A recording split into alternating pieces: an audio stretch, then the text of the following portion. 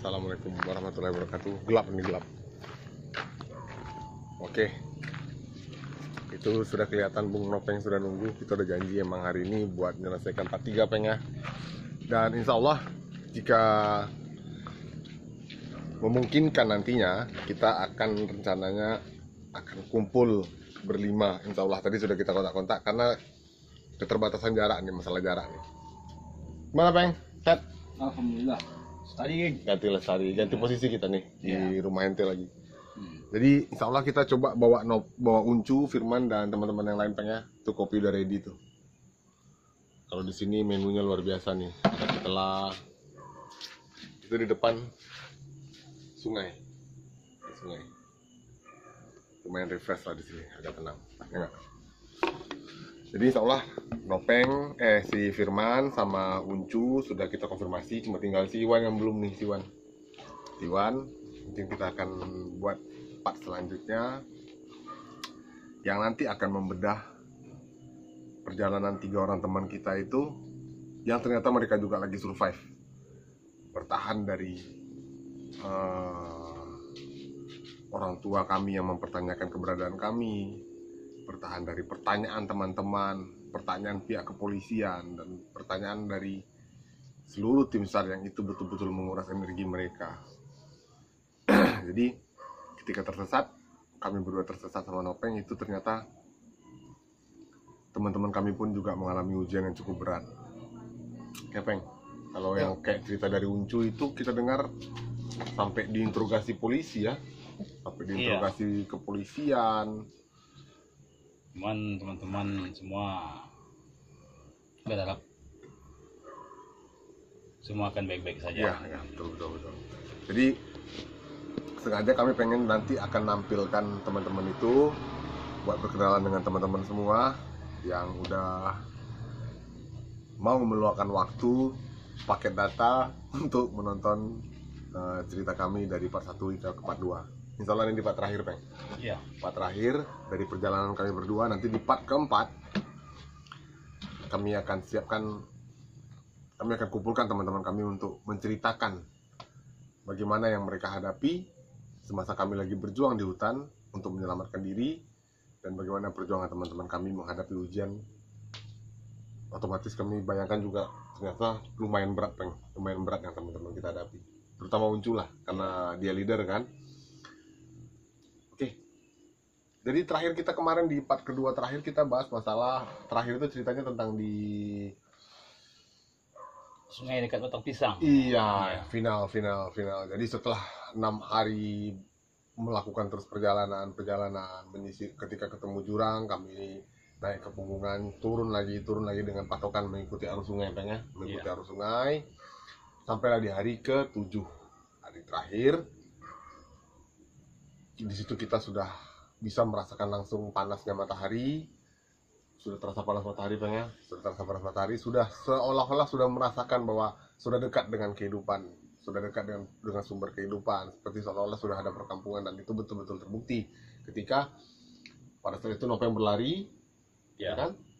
Lari sekencang-kencangnya kami berlari terus mengikuti arus sungai itu, dan akhirnya kita mentok di jurang tinggi. Jurang itu memang tinggi sekali teman-teman. Jadi di ujungnya itu ternyata ada air terjun yang tinggi, sesuai lah dengan prediksi kita di hari-hari sebelumnya dalam perdebatan Peng. Aku bilang kalau kita menyusuri arus sungai di pegunungan, finalnya kita akan ketemu dengan jurang yang tinggi. Berbeda kalau kita melakukan trekking di perbukitan. Kalau di perbukitan itu kemungkinan kita akan menemukan langsung ke pusat mata air dan perkampungan. Jadi kalau di perbukitan trekking, untuk bisa keluar dari situ bisa mengikuti arus sungai. Tapi kalau untuk di pegunungan, di gunung, tidak disarankan. Tapi kami menempuh jalan itu karena keterbatasan alat kita keterbatasan, dan kita memang juga tidak punya berencana buat tersesat. Jadi setelah kita ketemu jurang tinggi, Nopeng duluan itu ya, kau duluan waktu itu. Ya, terus di sana ya sebuah beban mental mungkin di situ. Betul. Ya. Jadi gini, pas Anda mau nyampe di perkampungan, lari kencang-kencangnya, ayo Andre, kita lari, ayo, kita udah mau sampai. tidak disangka ternyata saya menginjakkan kaki di pinggir jurang yang paling dalam, sangat dalam. Bahkan satu lagu pun baru sampai ke bawah. Astagfirullah. Saya ngucap. Pas saya bilang begitu, pas saya ngucap, Andre bilang, "Kenapa, Bang?" Ya udahlah, Andre. Ternyata perjuangan kita selesai sampai di sini. Kita mati. Kita mungkin tidak bisa. Ya, kau bilang kayak gitulah. Iya. Mungkin kita mati di sini, Andre. Di saat itu Nopen masih sempat pergi ke kiri dan ke kanan. Iya. Masih berharap ada jalan lagi yang bisa ditempuh untuk turun. Karena kita udah lumayan senang karena kita lihat perkampungan sudah nampak, Peng. Sudah ada atap rumah, kita sudah lihat atap rumah. Di situ memang beban mental. Dan waktu Andre bilang dari belakang, "Kenapa, Bang? Kenapa?" Ya udah, kita udah takkan mungkin melanjutkan perjalanan lagi, Andre. Mungkin kita akan mati di sini. "Kenapa, Bang?" Dengan nada penyesalan, ya nggak mungkin lah, katanya kan, nggak mungkin, katanya. Ya mau bagaimana lagi, Andre? Di sini udah semuanya udah jurang lepas. Sekarang kita berharap aja untuk Oke. Jadi blank kita, Peng, ya. Pas blank. ketemu jurang, Topeng udah di depan, Topeng terdiam. Aku mulai melambatkan langkah. Yang awalnya udah mulai sumringah akhirnya tersenyum kecut hingga akhirnya murung. Sempat aku mengkomplain dalam hati pada saat itu. Ya aku rasakan juga tuh. Ya aku bilang kan, Peng, dari awal aku sempat bilang kalau kita mengikuti arus sungai di gunung ini, emang nanti finalnya kita ketemu di air terjun, dan itu terbukti. Nah, kau pun menjawab pada saat itu, kau bilang betul kita ketemu jurang, tapi aku juga betul kita ketemu perkampungan kan. Nah, lihat itu atap rumah orang udah kelihatan semua, kau bilang gitu. Terus pas sudah itu, ya berharap keajaiban yang terjadi aja. Dan ketika saya menoleh ke belakang, saya lihat Andre udah seperti nggak menerima dengan sebuah keadaan, seolah belum saatnya dia untuk mati di hari itu. Dengan kekuatan yang ada, saya mencoba untuk mencari jalan di jalur kiri, menyisiri jurang. Ternyata hampir terpleset di jurang. Saya balik lagi ke atas dan saya coba ke kanan. Ternyata sama juga yang seperti lebih ekstrim yang di kanan. Karena di kanan itu nggak ada pohon yang bisa buat berpegangan. Jadi kalau mau coba berani-berani masuk ke kanan itu nggak ada pilihan, memang langsung masuk ke jurang. Habis. Finish. Terus saya balik lagi ke bibir jurang dan saya bilang sama Andre, ya udah, Andre, mungkin ajal kita udah di sini, perjuangan hidup kita di sini, dan sekarang kamu di belakang. Lindunglah dari awal hingga akhir perjalanan kita, dan lindungilah bagaimana cara kita untuk mati, kan begitu. Jadi gini, pelajaran yang bisa aku ambil nih, Peng, ya, bagaimana nanti hasilnya, yang jelas selagi hayat masih di kandung badan, kita nggak boleh berhenti berjuang. Setiap pagi kita masih bisa menghirup udara, artinya di situ kita masih punya harapan. Nah, di final ikhtiar kita, di final usaha kita, nanti disitulah saatnya kita pasrah dan Allah yang akan membukakan jalan, ya, Bang, ya. Tuhan akan membukakan jalan dan Tuhan yang akan menunjukkan kuasanya di situ. Alhamdulillah, memang betul. Jadi kuasanya memang di situ. Jadi ketika saya udah bilang sama Andre, di air keluar dari hidung, udah nggak, di sini udah nggak, napas sudah seperti udah sempit. Dan saya bilang sama Andre lagi, ya sekarang merenung aja lagi, kita hadapi aja detik-detik terakhir kita di sini. Mungkin kita mati di tepi jurang ini. Ternyender, Peng, ya. Kita udah ternyender, udah bersandar, udah seperti udahlah menunggu keajaiban lagi nih Peng. Keajaibannya antara dua nih, masih bisa survive atau berakhir sampai di situ. Dan ketika saya ngelamun di cukup lama ya Peng, cukup lama kita gitu. di tepi jurang dengan air selalu keluar dari hidung yang saya usap-usap, ternyata terdengar bunyi suara. Ada bunyi suara orang lagi motong bambu dari kejauhan. Keras Peng ya, Keras, tak tak tak tak tak tak tak. Nah, kau bilang ini tuh orang nggak Andre, kau bilang kan? Karena suasananya sunyi, jadi suara itu kedengaran jelas, menggema. saya terkejut seolah-olah antara percaya dan tidak. Saya dengar lagi, tak tak. Hati saya udah mulai pasrah dengan keadaan, entah itu benar-benar yang saya dengar atau gimana. Saya bilang sama si Andre, Dre, ada orang yang lagi motong batang Dre. Benar Peng, benar. Kita tahunya itu motong bambu pas sudah ketemu ya Peng ya. Iya. Awalnya kita nggak tahu kan. Kita nggak tahu. Awalnya kita dengar hanya bunyi tebasan, tebasan golok aja. Dengan antara percaya dan tidak, saya teriak. Pas saya teriak, di sini saya sakit, Dre. Saya bilang sama Andre, tolong Andre, teriak Andre, saya kuat-kuatnya Andre, agar orang mudah-mudahan itu orang dan dia bisa merespon, dan dia bisa mendengar bahwasanya kita ada di hutan sini. Udah akhirnya aku teriak ya, aku teriak, tolong, pasti nggak bilang gitu kan? Ya. Nah, nggak berapa lama kemudian dapat jawabannya nggak bahasa manusia nih, jawabannya pakai wuih ya. Dia jawab gitu kan. Nopeng coba berusaha bicara sekuat tenaga karena memang suara Nopeng udah tersendak-sendak gitu karena kayak ada yang sempit di dada pengen. Nah, jadi Nopeng nggak bisa teriak lagi nih.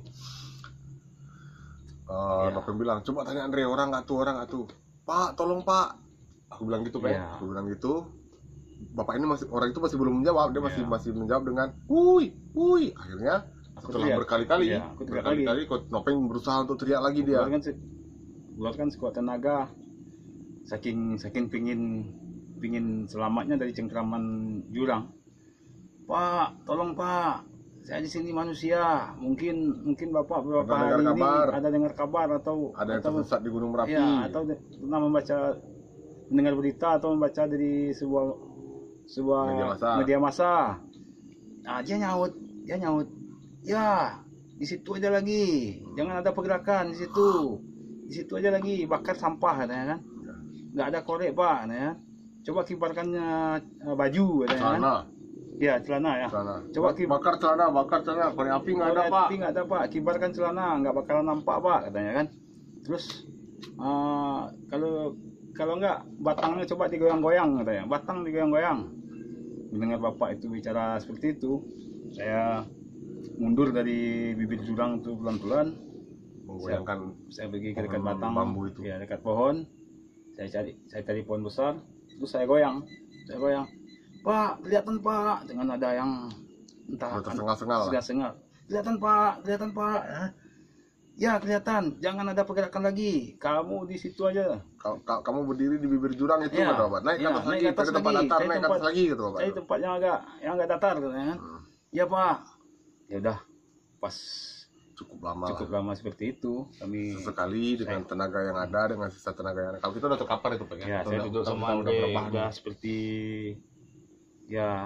sambil bercerita, jalan Andre, mudah-mudahan itu jalan kita selamat, mudah-mudahan itu manusia yang seperti kita bayangkan dalam keadaan seperti ini. Sambil itulah Peng, mudah-mudahan lah, aku masih panjang juga sebuah perjalanan yang mau gue tempuh lagi, nggak mungkin sia-sia di sini katanya. Mudah-mudahan kita dapat kesempatan kedua lah. Kita berharap kan.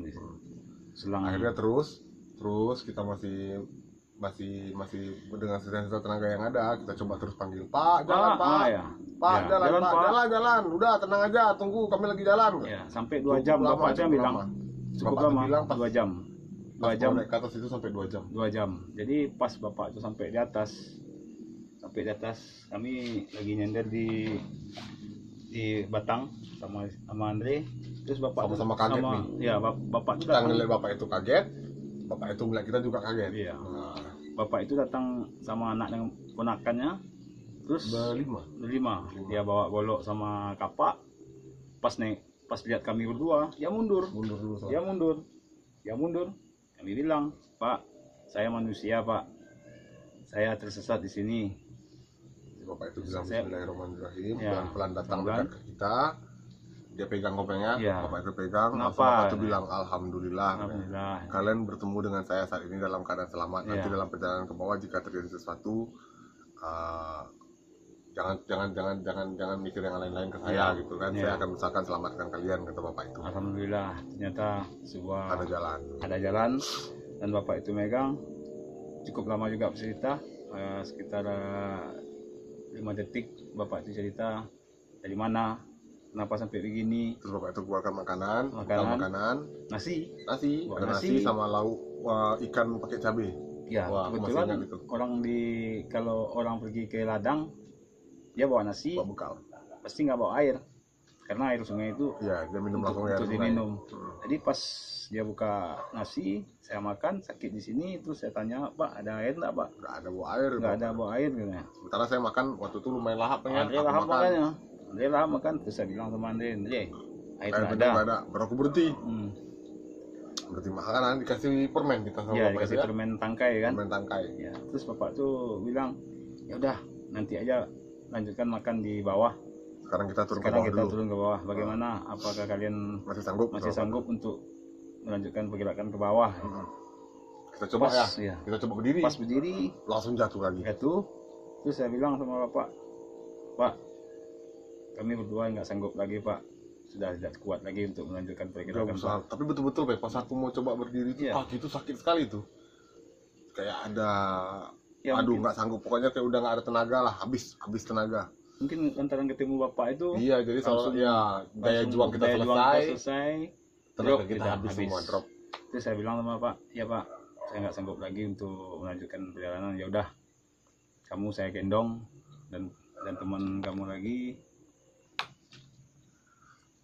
Jadi kita digendong sama bapak tuh pengen. Gendong. Aku kok sama bapak tuh ya? Aku digendong sama bapak, Aku digendong sama anaknya. anaknya. Ya. Badan anaknya lumayan besar tuh. Jadi dibopong lah kami. Bapak yang digendong belakang, aku juga digendong belakang. Cuma bapak itu saking kuatnya aku rasa peng. Ya. Istirahat kita berapa kali ya? Ada beberapa kali istirahat sebentar, tapi nggak lama. 2 Sebentar kali. aja 2 kali istirahat. 3 kali sama Aku dioper tuh dari anaknya pindah ke keponakannya. keponakannya. Oh. Laki-laki besar badannya. Aku bapak itu juga yang Ya bapak sampai tuh ke lah bawah. yang sampai ke bawah. Apa yang kau rasakan waktu digendong sama anak bapak? Nggak tahu peng. Ya yang jelas dalam perjalanan turun juga aku udah gamang kan karena jalannya agak cepat Ya. dan aku nggak biasa digendong masalahnya nih. Dia agak bingung, agak ketakutan gitu. Seperti roh-roh kehidupan tuh. Udah ada lagi nih. Udah ada Kita lagi. nampak orang lagi setelah Aku sekian digendong hari nggak pernah nengok orang. digendong sama bapak tuh, ternyata aku masih bisa melanjutkan hidup. Nangis sambil Digendong. megang bau bapak, nangis. Ya. Oke, jadi di mana itu peng? Kita digendong lah sama bapak dalam rangkulan banyak banyak keharuan yang saya rasakan. Ya. Lalu nangis dan bapak itu terus ke bawah sembari melebarkan jalan yang ditempuh bapak tuh bukan jalan yang ada, Iya. yang dibikin juga kan. Bikin jalan. Apa bedanya dia pakai golok kan peng? Iya. Jadi sambil jalan bapak itu menerabas kiri kanan. Itu saja sampai 2 jam ke bawah 2 jam. ya. 2 jam kita ke bawah itu. Ke bawah juga 2 Jadi jam. sebenarnya mendakinya itu bapak itu bisa sampai 3 jam soalnya peng, karena pendakian lebih berat daripada penurunan kan. Iya. Apalagi sambil gendong kita nih. Nah saya akhirnya setiap istirahat saya dipindahin nih dari anaknya bapak itu pindah ke keponakannya digendong, terus kemudian pindah lagi ke anaknya satu lagi, sampailah nanti akhirnya kita ketemu sampai di kampung itu Sampai Peng, ya. di Sampai di perkampungan. saya Ada ibu-ibu, saya kok masih ingat tuh peng, ibu-ibu lagi nyapu, lagi menanam padi di sawah itu ya, lagi nanam sawah, dia lepaskan cangkulnya, langsung tiba-tiba nggak tahu kenapa ibu itu kita lihat nangis pengen nangis ngikutin kita nanya ini siapa, baru bapak tuh bilang ini yang hilang di Gunung Merapi yang ribut kemarin nih gitu ya. Sampai Dipegang sama ibu tuh sambil nangis. Sampai di bawah saya lihat ke atas juga, saya lihat tempat dimana kejadian betul-betul di luar dugaan, betul-betul survivor. Dan sampai di perkampungan di bawah itu anak-anak muda-mudi lagi liburan di situ. Ya, ada anak pelajar SMP SMP lah, anak SMP, ada yang jadi di puncak tadi di jurang terakhir itu ternyata di bawah itu banyak anak-anak SMP pergi berwisata lah, sekedar berenang di memang indah di situ. Memang indah. Lokasinya. Jadi saya ambil inisiatif, Pak, sebentar saya mau minta tolong sama yang orang ini untuk mengabarkan bahwasanya kami berdua telah ditemukan dalam keadaan selamat. Di tempatnya ini di mana, Pak? Bapak itu bilang alamatnya di sini dekat Sungai Puar. Ya, saya turun, saya panggil, Dek, tolong kasih kabar, boleh enggak minta tolong kabarkan kami berdua ditemukan di Sungai Puar ini, kasih nomor telepon rumah, kasih nomor telepon. Ya, orang yang berdua itu dengan melihat kami dalam keadaan seperti itu langsung ya Pak, ya Bang, mereka batalkan berwisatanya. Ya. Saya masih ingat tuh pengen mereka lari-lari ke bawah cari wartel itu warung telepon, jadi tempat telepon umum tunggu lah. Setelah itu kita nggak tahu, dia mencoba mengabari pihak keluarga, kita dibopong terus sampai ke rumah Bapak Sahar ini. Kita dimasukkan ke dalam rumahnya, tidur, diambilkan beberapa roti sama teh manis, tapi kok nggak bisa minum waktu itu Pak. Dua plastik roti yang isinya banyak kan, ditambah teh manis 4 gelas tadi itu. Saya minum, ternyata memang masih sakit juga di sini. Nggak bisa minum sampai ada penyempitan saluran kan. Andre itu saya lihat waktu itu si Andre ada rasa haru yang bagaimana ya, kelihatan sekali bahwasanya Andre seperti hidup di dalam bingung lebih tepatnya sebenarnya. Bingung. Ada fase seperti seolah-olah tidak percaya kita sudah ketemu sama orang banyak. Bingung, jadi lebih banyak bingung dan tingkah juga macam orang aneh gitu. Masih kurang percaya juga. Benarkah ini kayak sebuah keadaan itu? Berasa kayak mimpi lah pada saat itu. Dan aku sempat tuh di dekat ada mobil parkir kan di depan itu kan ada spion tuh. Nah, aku udah penasaran nih muka aku selama ini kayak gimana nih selama hilang di gunung itu. Ternyata setelah aku lihat kumisnya tebal, kumisan saya itu, rambut ini belah ke samping. Saya masih ingat tuh Jadi ketika saya coba balikkan ke sini, dia balik lagi ke sini. Hitam, muka hitam semua tuh, tangan banyak duri, hancur-hancur lah. Nopeng udah tiduran aja di rumah Pak Sahar itu. Nggak tahu bagaimana cerita akhirnya dia bapak itu dengan warga. Jadi gini, ada perdebatan mungkin ya. Ada warga bilang, ya udah lebih baik orang berdua ini dibawa aja ke rumah sakit pakai mobil pick up. Nah, biar dia bisa dikasih pertolongan. Akhirnya kami dimasukkan ke mobil di belakang itu sambil tiduran. Nah, di situ tuh dikasih karpet. Tikar apa Pak ya? Tikar, ada tikar, masih ada sayur-sayuran lah itu. Saya menopeng tidur telentang. Dan saya lihat ke Andre, terus saya bilang, Andre, bagaimana perasaan Andre dengan keadaan yang seperti ini sekarang? Tidak bisa diungkapkan dengan kata-kata, Peng. Luar biasa. Nah. Jadi, intinya dalam hidup kita nggak boleh berhenti berjuang Bang ya. Walaupun kami pada saat itu masih juga berjuang karena udah ada tanggungan yang harus kami nafkahi.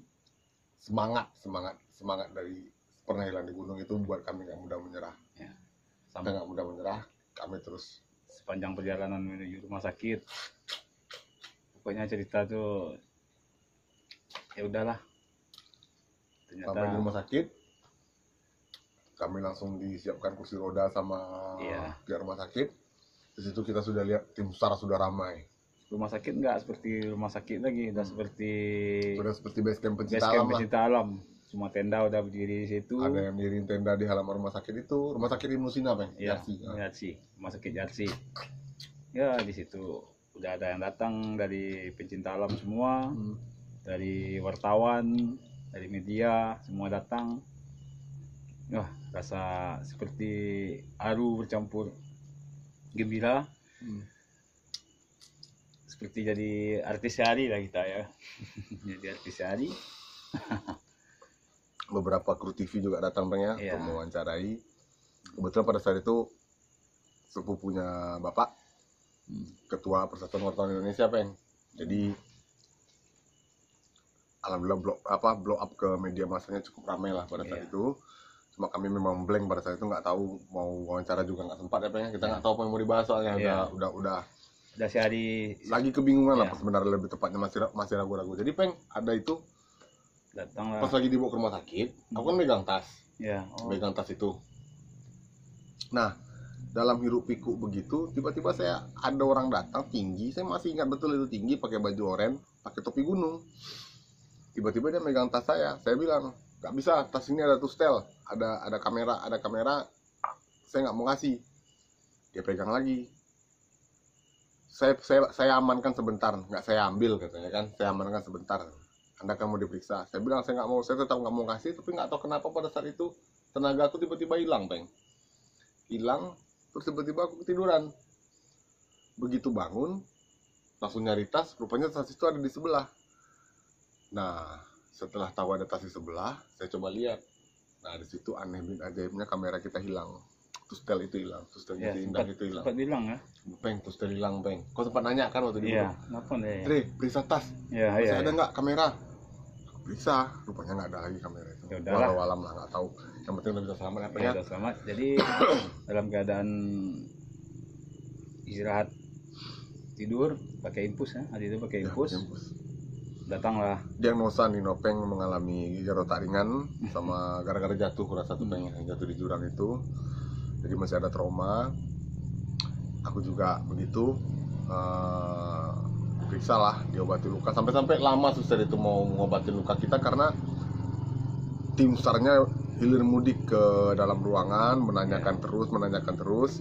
Wartawan juga begitu. Sampai-sampai perawatnya juga kebingungan gimana mau kerja. Akhirnya diambil inisiatif sama beberapa orang tim untuk membatasi yang datang supaya perawat bisa kerja dulu. Aku masih ingat itu kaki kita bengkak, Peng. Jadi nggak ada satupun sendal yang muat dipasang di kaki kita tuh. Subhanallah ya. Luar biasa. Jadi Tiduran, pas tiduran abang-abang dari abang-abang kami semua, pelatih-pelatih keliling di dekat kami tidur. Dengan rasa haru, bangga mempunyai ternyata lulus sebagai Sufi4. Dan dia bilang, Dre, Nopeng, alhamdulillah kalian selamat atas perjuangan yang telah kalian lalui. ini Bunga Deluis. Ini yang kalian Gara-gara cari. ini yang kalian cari kan, Iya. dan kalian tersesat gara-gara ini kami hadiahkan untuk kalian. Jadi ada Bunga Deluis cantik-cantik, Peng, ya. Nangis sih saya. Kita nengok Bunga Deluis udah ketakutan, Peng. Iya. Udah takut lihat Bunga Deluis. Iya. Bunga Deluis takut. Akhirnya yang paling menyedihkan itu adalah ketika ketemu kembali dengan orang tua. Itu Iya. luar biasa. Jadi Jadi ibu di kaki gunung, orang tua perempuan, dia sempat bermimpi saya dibawa pakai keranda kaca.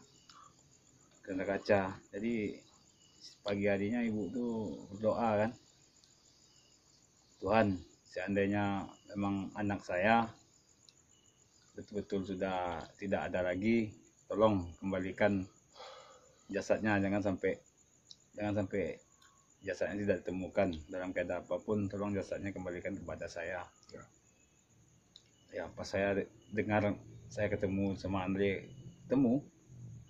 ibu langsung drop, langsung keluar darah dari perut kan, seolah dalam keadaan apa saya bertemu ya, dalam keadaan entah tidak bernyawa lagi atau gimana. Ya, ditenangkan sama orang. Ya, itulah cerita kami yang dari orang tuaku ya. Selamat nih. datang. Juga aku dengar cerita, Peng. dari nenek tuh, almarhum nenek, bahwa ibu saya itu sampai bawa baygon kemana-mana. Jadi kalau misalnya saya ditemukan dalam keadaan tidak selamat, ibu juga mau ikut gitu, orang tua mau ikut. Astagfirullah ya. Masih ingat orang tua saya kurus sekali pada saat itu, karena kabarnya selama saya tersesat orang tua saya juga nggak mau makan. Itu sebuah Dibuka. pelajaran yang berharga ya. Saya melihat, saya lihat orang tua saya masuk dari pintu, ada adik perempuan masuk, itu nangis, saya nggak tertahankan, saya minta maaf, udah bikin susah semua. Ibu saya datang, peluk saya. Iya. Andre lagi berbaring, saya juga berbaring, tiba-tiba datang Yopri. Yopri. Kita lihat muka dia juga udah hancur-hancuran. Nah, datang Yopri. Terlihat wajah lelah di situ. Pokoknya pas kami ketemu ada rasa haru pingin nangis, suatu kebanggaan kita sama-sama berjuang lah. Yopri dan kawan-kawan berjuang, entah bagaimana situasinya, mungkin di part selanjutnya akan diceritakan kembali bagaimana Yopri dan kawan-kawan untuk mengalami sebuah cerita yang lumayan dramatis juga. Dia ada kejadian lagi tuh pas sudah mulai agak malam di rumah sakit itu kan makin ramai teman-teman kita datang tuh. Ada beberapa teman lagi masuk ke dalam, balik lagi keluar, masuk lagi ke dalam, melihat kita pengen ada banyak lah. Dia yang lucu cerita Aurora nih, Aurora teman kita nih. Jadi pas lagi di luaran ada abang-abang ngerjain. Nah Aurora kelas ya Aurora ya, mungkin teman Aurora nih udah Aurora nangis di situ. Aurora sahabat sejati lah ya, teman saudara kami. Itu. Jadi Yopri datang dan ngambil piring makan, dia suapin. Ya ada yang cerita haru. Mana geng? Nangis, saya nangis. Ketemu sama saudara, sambil cerita, suapin, nangis. Ya udah. Yang penting buat semua bahwasanya dalam keadaan mendaki, pokoknya dalam satu kelompok itu kita harus apa lah ya, harus konsisten. Bahwasanya kalau seorang leader udah menetapkan kesepakatan, kita harus patuhi. Jangan melawan dan jangan menampilkan ego serta menampilkan diri kita paling bisa. Banyak pelajaran di situ. Dan semoga cerita yang tentang perjalanan kami bersama Andre bermanfaat juga lah untuk para pencinta alam yang sebenarnya banyak lagi ingin disampaikan tapi jadi cerita drama. Jadi cerita drama. Kami pasti hilang kelaki-lakiannya nih, bisa tiba-tiba mewek di sini nih. Mudah-mudahan besok di part selanjutnya Yopri dan kawan-kawan akan menceritakan kembali bagaimana perjuangan mereka selama kita tersesat di gunung. Jadi sejak saat itu saya berhenti daki. Kita mulai kembali beraktivitas di sekolah. Dan tapi itu ada trauma terakhir itu yang kau macam di Sentrum, Peng. Di tengah malam pertama kami nginap di rumah sakit itu. Kita serentak mah. Iya, serentak. Sama-sama. Tiba-tiba sama-sama ngigau. Ngigau, kena sentrum. Aku tiba-tiba merasakan di dekat hari-hari ini. Apa Peng, kayak dibakar orang, kayak ada kayak berasa dibakar di seputaran pinggang. Nah, sebelum itu terjadi, aku kan buang air kecil nih ke kamar mandi. Pas buang air kecil ke kamar mandi, dari ventilasi itu kelihatan langsung tuh Gunung Merapi. Iya. Nah, tiba-tiba kayak berasa ada suara-suara manggil nih pas di situ, Peng. Pas di kamar mandi itu kan langsung tuh di ventilasi kamar mandi kan memang langsung kelihatan tuh Gunung Merapinya tuh. Aku cepat-cepat keluar, tidur, tiba-tiba berasa kayak di sini dibakar nih. Kebangun, Nopeng tiba-tiba juga ikut. Kalau sama. Iya. Nopeng seperti kalau aku seperti ada di Sentrum. Ada yang menarik bahwasanya seolah nggak bisa lepas dari situ. Kau bilang gini, dengan sekuat tenaga. Kau masuk ke dalam ruangan, kau disentrum dalam mimpi itu. Kau bilang sama aku, Peng kenapa Peng? Aku macam disentrum, Dre. Aduh kacau nih. Orang tua kita yang jagain kita pada saat itu mulai panik kan. akhirnya membacakanlah doa-doa biar Dan akhirnya kami berobat juga kan. ya ada sedikit berobat lah untuk mengatasi, karena seperti yang tadi ada message yang mau kita ambil, pesan-pesan seolah-olah yang disampaikan ketika kami dua tersesat itu, bahwa saudara ingin menjelaskan balik bagaimana perjalanan saudara-saudara kami yang tersesat sebelumnya yang 12 orang itu, Peng. Jadi ketika kemarin sempat diskusi sama Uncu, sama Yopri, Uncu menjelaskan bahwa ada berkali-kali momennya kita hampir bertemu sebenarnya di puncak itu ya, Peng ya. Hampir bertemu di puncak itu. Nah, rute yang kami jalani itu adalah rute yang ditempuh sama teman-teman kita yang 12 orang itu, yang 6 orang yang meninggal dalam Gunung Merapi tersebut. Ya nggak, Bang? Jadi akan lebih seru lagi nanti itu cerita dari teman-teman kita. Ini sengaja buat kita tampilkan balik, ambil hikmahnya. Karena kita lihat juga nih, Peng, pendaki makin ramai sekarang. Makin banyak orang mendaki gunung nggak pernah berhenti. Mungkin berbeda lah, rutenya udah mulai berbeda. Berbedanya mungkin kami dulu masih menemukan hutan yang lumayan asri. Tidak seperti sekarang lah rutenya kan, banyak berbeda. Cuma artinya